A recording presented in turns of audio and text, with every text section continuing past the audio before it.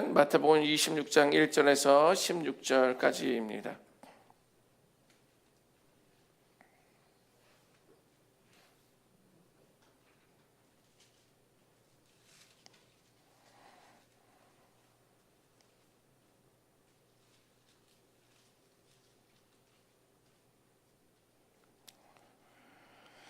우리 같이 한번 읽습니다. 읽으실 때 우리 한 절씩 교독하도록 하겠습니다. 시작. 예수께서 이 말씀을 다 마치시고 제자들에게 이르시되 너희가 아는 바와 같이 이틀이 지나면 유월절이라 인자가 십자가에 못 박히기 위하여 팔리리라 하시더라. 그때 대제사장들과 백성의 장로들이 가야바라는 대제사장의 관정에 모여 예수를 흉계로 잡아 죽이려고 의논하되 말하기를 밀란이 날까 하노니 명절에는 하지 말자 하더라.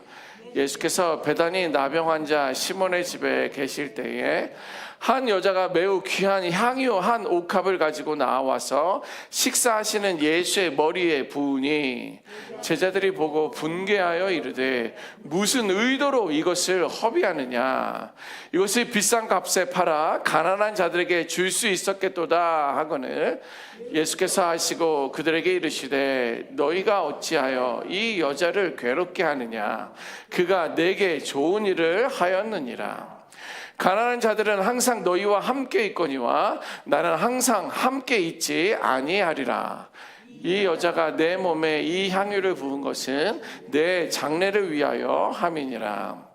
내가 진실로 너희에게 이르노니 온 천하에 어디서든지 이 복음이 전파되는 곳에서는 이 여자가 행한 일도 말하여 그를 기억하리라 하시니라.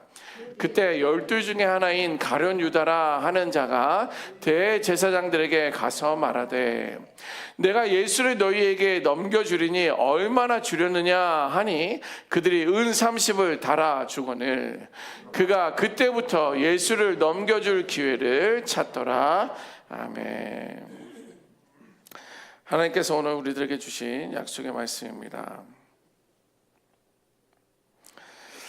자, 마태복음 26장은 예수님의 고난과 죽음을 향한 여정이 이제 시작됩니다. 오늘 보면 1절에서 2절 말씀 보면 예수님과 제자들은 십자가에 달리시게 되는 유월절을 앞두고 이제 모여있는 모습을 보게 됩니다. 여러분들 여기서 말하고 있는 그 유월절은 우리가 알고 있는 그 출애굽 광야 시대에 있었던 그 이야기를 말하고 있습니다. 이스라엘 백성들이 애굽에서 종살이를 하고 있을 때 하나님께서는 그들을 구원하시기 위한 그런 계획을 세우고 있습니다.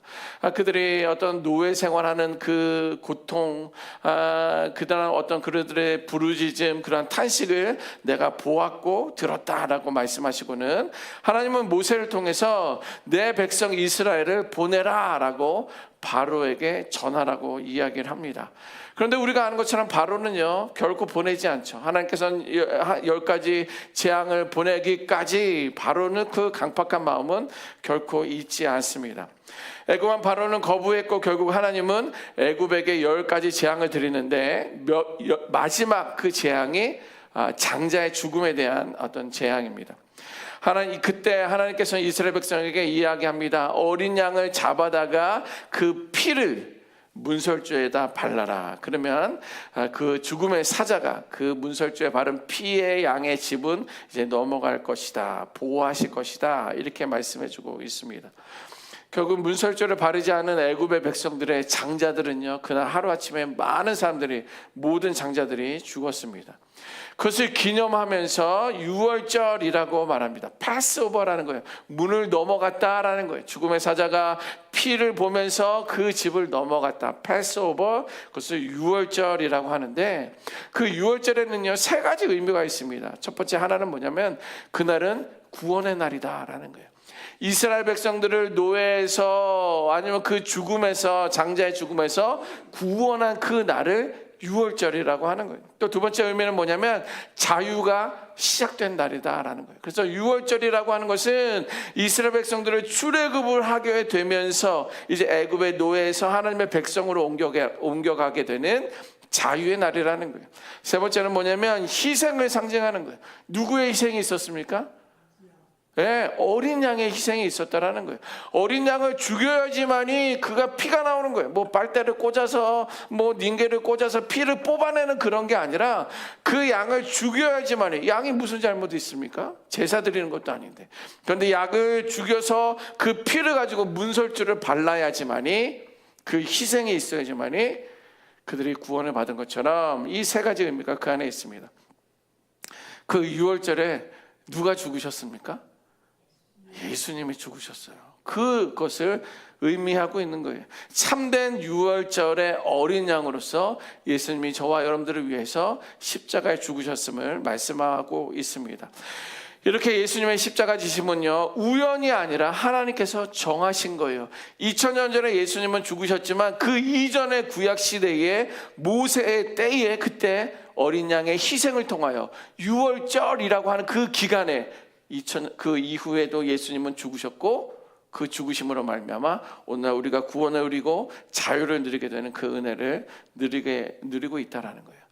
여러분, 이러한 계획이 있는 것처럼 우리들의 삶에도, 또 우리 HD 은혜교회에도, 또 여러분들의 그 가정에도 하나님의 계획이 분명히 있는 줄 믿습니다. 우리들을 향한 계획이, 여러분들의 가정, 여러분들의 삶에 대한 계획이 창세 이전부터 준비되어 있다라는 거예요. 그렇다고 한다면 지금 일어나는 어떤 그러한 여러분들 각 가정, 또 교회를 향한 어떤 그러한 일들이 불평이나 두려움이나 걱정이나 한탄만으로 끝나서는 안 될 것입니다. 하나님의 계획이 있겠지. 하나님의 계획이 있겠지. 그것을 믿고 신뢰하며 기도할 수 있는 우리 모두가 되어야 될 줄 믿습니다. 두 번째, 3절에서 5절에 있는 말씀은요, 대제사장들과 장로들이 가야바의 집에 모였다라고 기록하고 있습니다. 가야바는요, 그 시대에 있었던 대제사장이에요. 그래서 대제사장들과 장로들이 가야바의 집에 모여서 비밀 회의를 하고 있는데, 그 회의 내용은 뭐예요? 예수를 잡아 죽이자라는 어떤 그런 모의를 하기 위해서 모였다라는 거예요. 그런데 그 모이는 회의는요, 대제사장들과 장로들은 사내들인 공회원이라고 합니다. 사내들인 공회원. 사내들인 공회는 뭐냐면 유대인의 최고의 재판 기관이에요. 그래서 오늘날 같으면 우리나라는 이제 한국 같으면 이제 국회 같은 것이 사내들인 공회라고 말하는 거죠. 그런데 사내들인 공회로 모이기 전에 그들은 모의하기 위해서 가야바 그 집에, 대제사장 집에 모여 있었다라는 거예요. 예수님 당시에는요, 로마의 지배를 받고 있었습니다. 그런데 어떤 정치적인 것은 로마가 원하고 뜻하는 대로 그들은 법을 따라가야 되는데, 종교적인 것에 있어서는 자치권을 그들에게 부여해 준 거예요. 그러니까 종교적인, 예를 들면 뭐 신성을 모독했다라든지, 아니면 어떤 예배자의 삶을 제대로 살지 못했다든지, 이제 그런 거에 대해서 재판할 수 있었던 것들이 이제 사내들인인데, 그 사내들인이 종교의 최종 결정을 그들이 가지고 있었었고, 대제사장들과 장로들은 예수님을 신성 모독으로 이제 그들을 이제 사내들인 법정에 세우려고 이제 모의하고 있었던 것입니다. 근데 그들의 계획은 유월절은 좀 피하자. 그들은 이제 명절인데, 왜냐하면 아까 말한 것처럼 오래전부터 구약 시대부터 왔었던 그 유월절의 의미가 너무 컸기 때문에 유월절만 되면 전국에 있었던 가능한 이스라엘 백성들은 예루살렘 성전에 모여서 제사를 드리거든요. 그때가 또 예수님 시대로 오면 예수님을 잃어버렸을 때, 이제 성인이 되면서 이제 예루살렘의 성전에 갔다가 잃어버렸었던 그 기간들이 다 유월절 기간이었는데, 그때는 좀 피하자는 거예요. 왜냐하면 전국에 있는 사람들이 다 모이니까 얼마나 복잡합니까? 그러니까 그때는 피하자, 이런 생각들을 하고 있었는데, 결국 명절을 피하려고 했지만 결국에는 하나님의 때에 이루어지게 된 것을 우리는 보게 됩니다. 이렇게 세상의 악한 계획이라 할지라도 하나님의 뜻을 결코 이길 수가 없다라는 거예요. 우리 가정을 향한 하나님의 계획, 우리 교회를 향한 이 마지막 때에 대한 그 계획, 우리들이 이 나라에 대한 하나님의 계획들은요, 결코 변함이 없지. 그 하나님의 신실하심과 그 계획을 신뢰하며 우리는 나아가야 되겠습니다. 6절에서 13절 말씀은요, 베다니에서 한 문둥병 집이라고 했는데 그 베다니에서 한 여인이 값비싼 그 향유를 예수님의 머리에 붓는 사건이 일어납니다. 제자들은 보면서 아니요, 그것이 이렇게 비싼 건데 그걸 왜 거기 예수님의 머리에 붓느냐, 이것을 팔아다가 가난한 사람을 도와도 정말 수십 명은 구할 건데 너는 왜 그렇게 하느냐라고 예수님의 제자들은 비난을 합니다. 그런데 예수님은 이를 자신의 장례를 위한 것을 준비하고 있다라고 그렇게 해석을 하고 있습니다. 여러분, 이 향유가 얼마나 비싼 거냐면 1년치 월급입니다. 1년치 월급이에요. 그러니까 1년치 월급을 하루아침에 예수의 머리에 부었다는 것은 정말 상상할 수 없는 거죠. 그 여인이 그것을 가지고 있는 것도 정말 놀라운 일이지만 정말 그 향유 옥합을 깨어 예수님의 머리에 발에 붓는다는 것은 결코 쉬운 일이 아닙니다. 그런데 이 향유 옥합은 언제 쓰는 거냐면 보통 장례식에 시체에다가 붓는 거예요. 부식하지 말라고. 또 잘 어떻게 좀 보존하기 위해서 장례식 때 죽은 사람의 몸에 바르는 것인데 좀 하루아침에 그렇게 하게 됩니다. 좀 궁금했어요. 이 여인은 누군데 이 여인은 왜 그랬을까? 이렇게 저렇게 생각도 해봤는데 그 마리아와 마르다의 그 동생 그 마리아라고 성경 해석자들은 보통 그렇게 이야기합니다. 그런데 그 마리아가 왜 그랬을까라고 생각하건대 그 마리아는 예수님이 죽을 것이다 라는 그 말씀을 마음에 간직하고 있었던 거예요. 어떤 날들도 보면요, 목사님 이거 좋아하잖아요, 아니면 목사님이 지난번에 그런 이야기 했었잖아요 라고 하면서 제가 말했었던 그 어떤 상황이나 일들을 기억하면서 말하는 사람들이 있어요. 어머, 나도 잊어버리고 있었는데 그거를 기억하고 있었구나. 이런 일들도 종종 있는데 그 마리아는 6월절에 예수님이 십자가에 못 박을 것이다, 너는 두려워 말라, 너희들은 걱정하지 말라, 나는 곧 부활할 것이다, 이렇게 말한 것을 기억하고 있었고, 아하, 이제 곧 예수님이 죽어야 하는데 그럼 내게 있는 이 향유옥합 1년치의 월급과 같이 중요한 이 값비싼 것을 예수님의 장례를 위해서 붓자라고 했다라는 거예요. 여러분, 예수님은요 그 여인의 헌신을 기쁘게 받으셨고 복음이 전파되는 곳에 이 여인의 이야기도 같이 전달될 것이다, 이렇게 말합니다. 세상의 눈에는요 낭비처럼 보입니다. 아유, 정말 예수 믿는 것들은 어떻게 그러냐, 아유, 너의 생활도 어려운데 왜 그러한 삶을, 그러한 헌신을 살아가느냐. 세상의 기준으로는 낭비 같아도 예수님을 향한 그 헌신은 결코 헛되지 않음을 우리들에게 교훈해주고 있습니다. 네 번째로 14절에서 16절 말씀에는요, 이제 가룟 유다가 대제사장들에게 예수를 넘겨줄 기회를 찾으면서 은 30을 얻게 되는 그런 말씀입니다.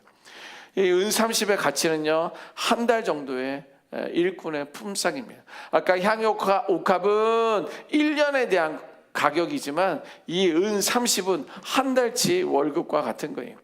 그리고 이 은 30이라는 것은 그 당시에 노예가 매매될 때 노예 한 사람을 구입하고 팔기에 적합한 그 가격의 은 30입니다. 그러니까 예수님을 어떻게 내가 팔 건데 너희들은 나에게 얼마를 줄 거냐라고 묻는 그 마음, 그 중심에는요, 야, 노예도 은 30인데 미니멈으로 그 정도는 줘야 되는 거 아니냐 라는 어떤 그 가룟 유다의 마음과 생각도 있었고, 대제사장도 예수 그렇게 말도 안 되는 이야기, 본인이 하나님이라고 하는데 그냥 은 30은 적당할 것 같다 라면서 대제사장들도 주었을 거라는 거예요. 여러분, 가룟 유다 아시죠? 가룟 유다는 예수님의 12제자 중에 한 분이에요. 저는 이 말씀을 또 묵상하면서 예수님은 몰랐을까? 알면서도 그랬을까? 이런저런 생각을 해보게 되는데 정말 그것은 하나님의 계획 가운데 누군가가 성경에 기록된 그 예언들을 성취하기 위한 거라면 누군가가 그리해야 되는데 그 누군가가 예수님의 제자였음에도 불구하고 가룟 유다가 그 역할을 했다라는 거예요. 참 어떤 면에서는 속상하고요, 어떤 면에서는 저는 기대감이 있습니다. 이 마지막 때에 내가 가룟 유다가 되지 않도록 마지막 때에 주의 일꾼으로서의 삶을 살아가기 위한 어떤 그런 결단을 하는 그런 시간들이 되었습니다. 여러분, 겉으로는요 사소해 보이는 그런 어떤 마음의 상태가요 믿음의 붕괴를 일으키는 그러한 모습을 우리는 보게 됩니다. 예를 들면 이런 거예요. 작은 욕심 같은 것입니다. 우리 안에는 거룩한, 아니면 우리 안에는 작은 욕심들이 있어요. 크고 작은 욕심들이 있는데 겉보기에는 당연한 그런 욕망같이 보이지만 신앙보다도 세상의 것들을 더 사랑하는 그런 마음이 욕심에서부터 시작된다라는 거예요. 가룟 유다는 얼마 주면 넘겨주겠느냐라는 어떤 그런 계산적인 마음이 신앙을 파괴하면서 예수님을 팔아넘깁니다. 또 두 번째는요, 무관심입니다. 무관심. 처음에는요, 바빠서 혹은 피곤해서로 시작되지만 시간이 점점 지나면서 하나님에 대한 마음이 멀어지는 거예요. 이것이 무관심입니다. 그리고 교회에 대한, 예배에 대한, 또 이 공동체에 대한 무관심은요, 신앙의 무기력증으로 빠져들기도 한다는 거예요. 그러면 하나님과 멀어지게 되어 있어요. 또 하나는 냉담함입니다. 처음에는 작은 실망에서 시작해서 작은 아픔에서 비롯되었지만 점점 신앙과 사람에 대한 마음이 식어버리는 거예요. 그냥 그래 알았어, 뭐 그렇게 하든 저렇게 하든 뭘 하든 그냥 나는 그냥 오늘만 자족하면서 사는 거야 라고 하는 어떤 냉담함이 우리 안에 있습니다. 남의 잘못에는 비판만 하고 회복을 위해 기도하지 않는 것, 혹은 예배 가운데 하나님 앞에 그 어떤 그런 감격의 은혜가 있어야 됨에도 불구하고 냉담함이라는 것은 성령의 역사하심을 거부하는 것과 같습니다. 이런 거에 대한 싸움을 우리는 싸워야 돼요. 마치 불 꺼진 등불처럼 껍데기는 있어도 생명력을 잃어버리는 신앙과 같은 것입니다. 여러분, 이제 우리는요 예수님의 십자가 앞에 서 있습니다. 이거 이제 며칠 전에 우리 장로님께서 만들어 주셔서 여기다 이렇게 세워놨습니다. 우리 이제 십자가 앞에 서 있는데요, 향유를 깨트린 여인처럼 주님을 향한 사랑으로 모든 것을 드릴 준비가 되어 있는지, 혹은 가룟 유다처럼 세상과의 거래로 예수님을 외면하고 있는지 우리 자신을 정직하게 돌아보는 시간들이 되었으면 좋겠습니다. 이 시간, 그리고 내가 주님께 드릴 수 있는 최고의 가치 있는 것은, 최고의 값비싼 향유는 무엇인지 한번 물어봤으면 좋겠습니다.